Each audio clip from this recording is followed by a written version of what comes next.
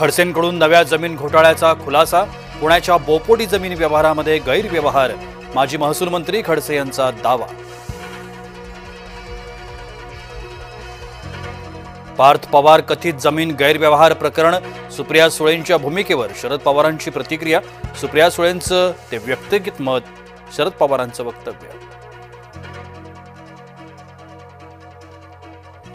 मतचोरीनंतर सत्ताधारी जमिनी चोरू लागले, उद्धव ठाकरे यांची प्रतिक्रिया। ठाकरेंच्या मराठवाडा दौऱ्याचा आज शेवटचा दिवस। शरद पवारांच्या मेळाव्याकडे शेतकऱ्यांची पाठ, शेतकरी संवाद मेळाव्याला शेतकरी आलेच नाहीत। शरद पवारांनी व्यासपीठावर बसून पाहिली शेतकऱ्यांची वाट। आधी पैसे भरा, नंतरच व्यवहार रद्द, शासकीय विभागानं पार्थ पवारांना कळवलं। एशियाटिक सोसायटीची आजची निवडणूक लांबणीवर, मतदार याद्या अद्ययावत झाल्यानंतरच निवडणुकीचा निर्णय।